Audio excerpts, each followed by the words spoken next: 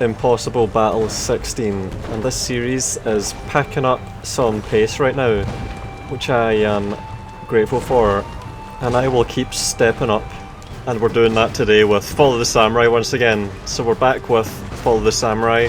This is the second submission that I will be going ahead with for Follow the Samurai, and coincidentally it comes from the same person, Josh Wasp, Yoshimitsu, and he is playing the same campaign, a bit more developed. He's pushing south as the Aizu.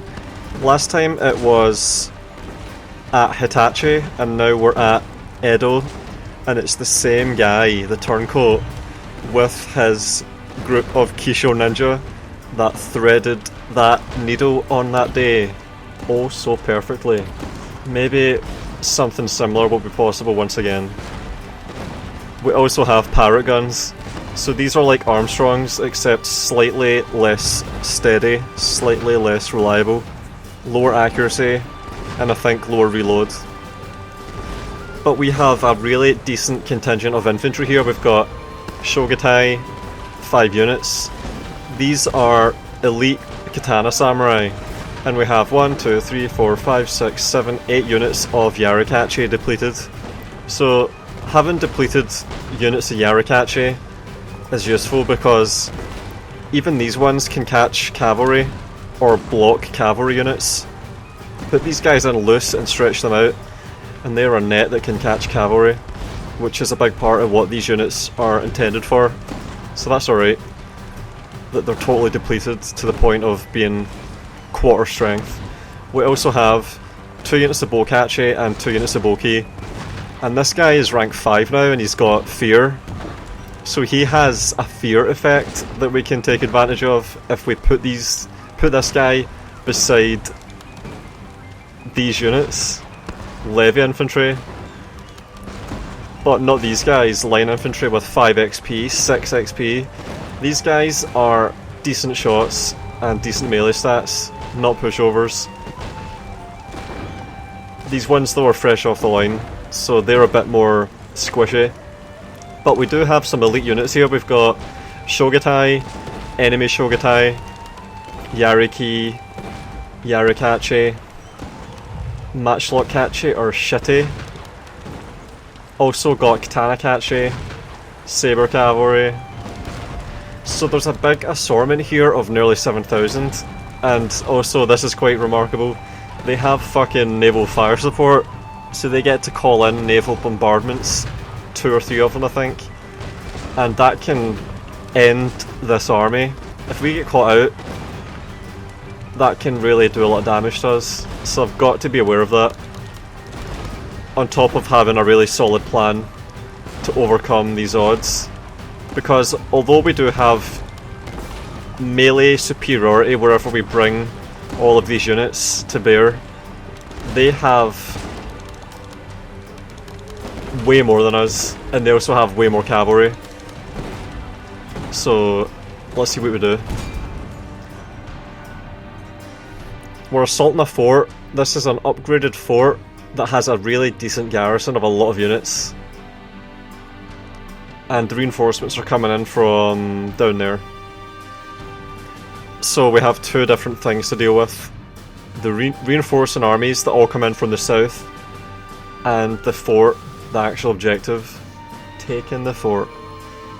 Oh man, I love that Duty Calls. Really good soundtrack. And fog, no. I want to have snow, yeah there we go, snow. So that means that their units will be tired for longer, which is good for us if this becomes protracted. Don't want fog, because that makes artillery less effective. Alright, so there's the town, the city. Well upgraded fort, and I don't get many opportunities to fight battles for this series with upgraded forts which are complex and have a lot of tactical opportunities for emergent gameplay. And the reinforcements come in down there from that open flat plain area on the edge. So my plan A was to position up here with a vantage to plunge really devastating shots down into clusters, and that's where they come in from. And this would have worked quite well, but then I had a thought, something occurred to me. If I go down here, I can potentially fire along the long axis of the units as they come in for a really devastating enfilade, and that's what I went with here. I had a lot of ideas for this one, and it was really difficult to actually decide what to go with and how to fight this optimally, but this is what I go with.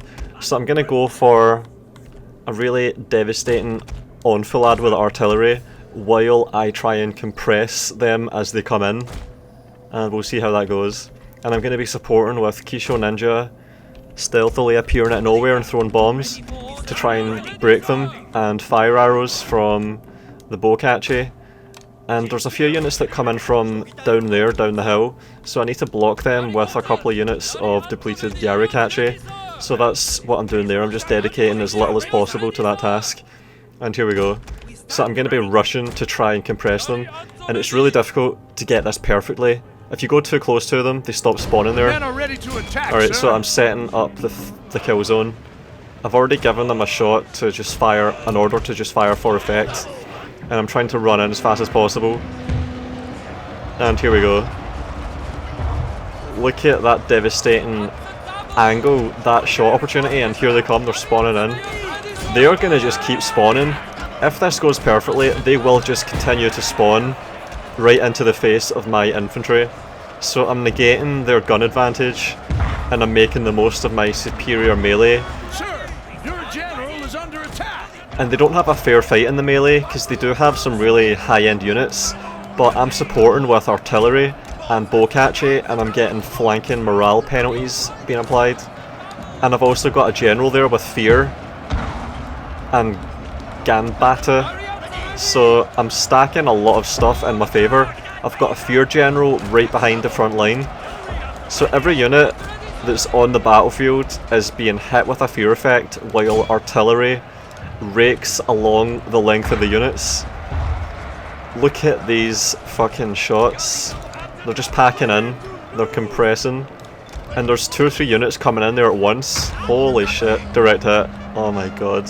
And they're wavering, there's units shattering, Shogatai wavering, and there's Boki down there. And my Kisho Ninja are throwing their bombs. That was a bit early, they're shooting their load a bit early there. And they're routing through my units, and the chain route happened. That was enough, the Kisho Ninja bombing was enough. And the artillery is still going, and we're getting just the sweetest shots. Oh my god. Oh my god. And I'm going for the shrapnel shot now, I think, with Killzone. So now we're getting really precise shrapnel shots. Oh, here we go. Here we go. Oh man. Oh my god, that pink mist. Oh, fucking hell. That is the peak of Shogun 2. Precise shrapnel shots from artillery directed along the long axis of overlapped units. Holy shit. Oh, and there's another one. Oh my god. And they've started to get the morale back. We had a chain route going there for a while. Oh, and they're firing. It's really difficult to get this to go this well, by the way. If you push too far forward too soon, the spawn point changes. I need them all to be feeding into the front through my units, and I've activated Ganbata and fire arrows and artillery and Kisho Ninja flanking them and the general dreading them, and it's enough. We've got the chain route again. Incoming fire, sir! Damn Navy! Oh my god, they're just... the work of gentlemen. Oh, look at those concussive shots, just tossing entire ranks, clearing big spaces. Oh my god, it's one of the most satisfying things in gaming. Follow the samurai artillery. And they've called in fire support. That's a counter barrage on my Parrott battery. And they've got a Boki coming. And I'm expecting the unit to get wiped out by the Boki and the melee. But, they shattered. Oh my god. Their own counter barrage shattered their Boki that was about to charge my battery and destroy it. So I've preserved. So they protected my unit with their naval bombardment there, and all of the reinforcements have been eradicated. They're all dead. I'm trying to get this parrot gun to stop shooting. I've only got one left now, because 3 of them got bombed into oblivion. You can actually see the cannon lying beside... Yeah, look at, you can see it there. Cannons are on the deck, out of action. So I've only got one left, and I'm going to try and drag it up to the fort, because that's it. That is the first stage of the plan. We wiped out all of the reinforcements, and losses were light. Really, really nice. And I had several different ways to approach this that I wanted to put to video, because when you have artillery and kisho ninja and some skirmishing component and a solid infantry corps, there are so many options. There were so many things that I tried with this one that I could have put to video. So if you have Follow the Samurai campaigns with artillery and kisho ninja and overwhelming odds to overcome, I will definitely be excited to take a look at it and see what I can come up with. So much player choice when you have those options available. A lot of emergent gameplay opportunities that are really, really satisfying. Where did they call in the... Oh, right. So they just bombed the trees there. No, wait, here it comes. Yeah, I heard the gunboats firing. And there's the naval bombardment. Second one. So that's 2 now. And the first one actually helped me. And the second one was a complete miss. So that's 2 naval bombardments. And the Parrotts are really slow, because it's a horse-drawn cart going uphill, so that will take forever. But I want to get them in position just in case, even though it's only 1 cannon, 1 artillery piece. And what I'm going for here is to have a morale cascade set up. So they've got Shogutai there that are confident, they've got Yariki there that are steady, they've got levy infantry there that are shaken or wavering.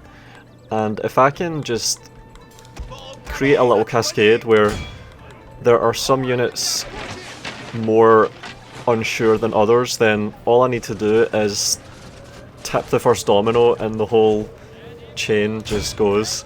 So I need to make sure that the Shogutai that will be there at the end will rout from all their comrades running. So that's what I'm doing. I'm trying to just weaken one of the Shogutai and the Yariki, and then that last intact unit of Shogutai will hopefully run. And this is interesting. This is what I'm saying about these large forts. Because we're fighting on an upgraded fort, none of their units are inside the Tenshu, where they are unbreakable. So all of these units are down on the lower levels and are susceptible to morale chain routing actions. And there's the guy with a mask.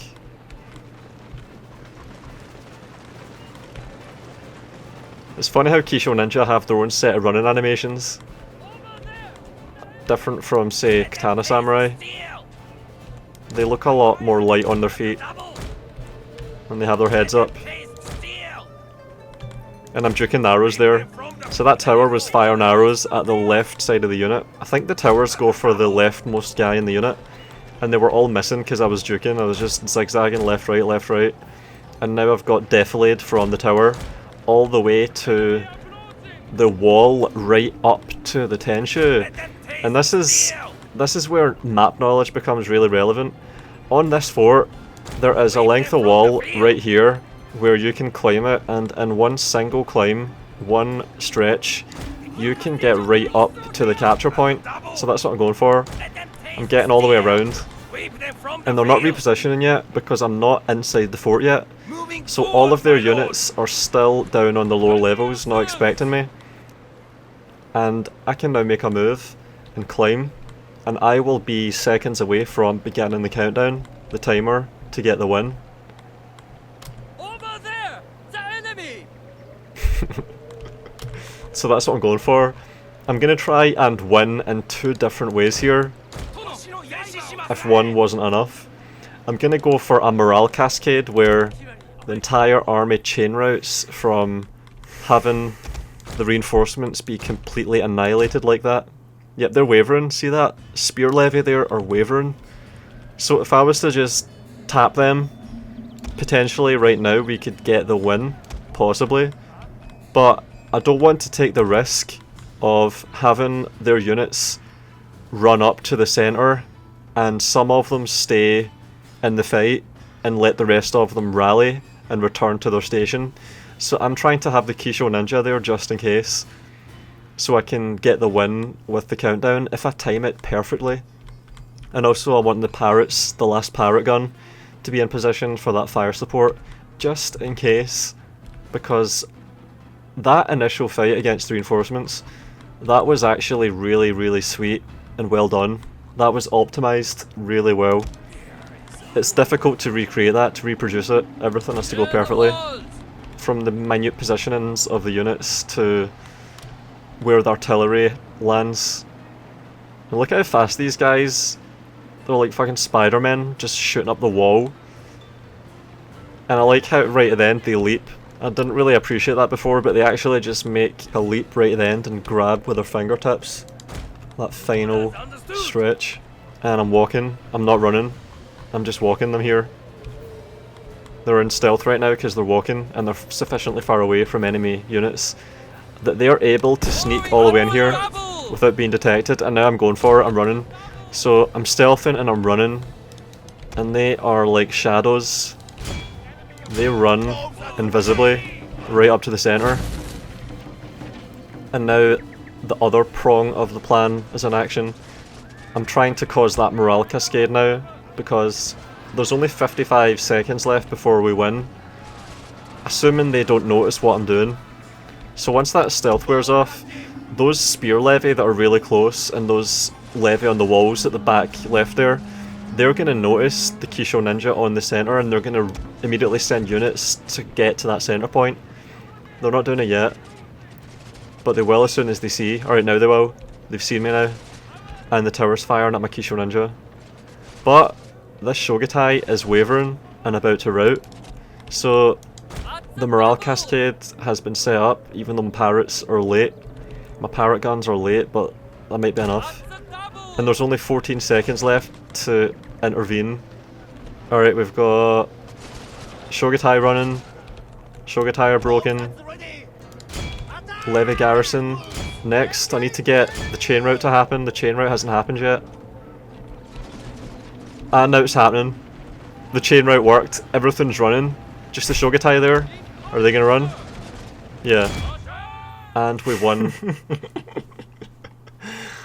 Oh man.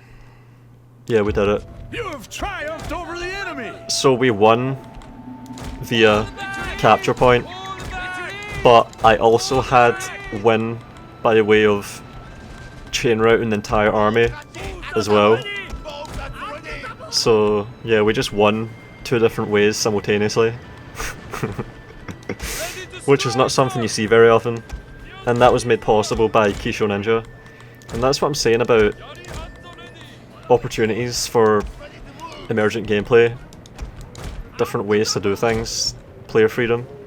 When you have these units like Parrott guns and a Dread General and all these different types of units, you have a lot more options available. And I really wanted to do 10 different things for this one that I might do in future videos if people start sending me saves of Follow the Samurai, because I think Follow the Samurai is really untapped in terms of the gameplay.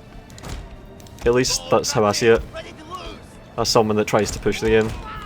Like, you just saw there what artillery are capable of, from having artillery interact with the spawn mechanics and the ability to force enemy positioning with a substantial amount of infantry.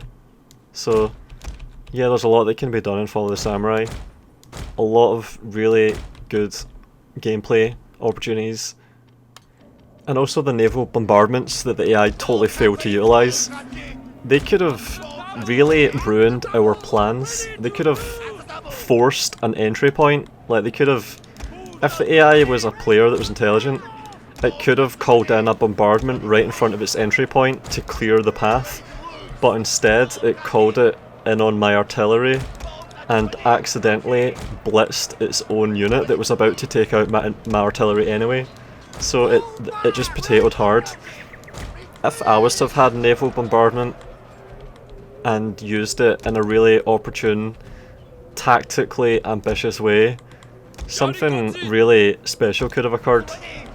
So yeah, if you're going to be playing Follow the Samurai, I would encourage you to do it in ways that are conducive to these kinds of ambitious plays. Not just because if you eventually send me a save for your campaign, I'll have more to work with, but also so you can start approaching playing the game that way as well.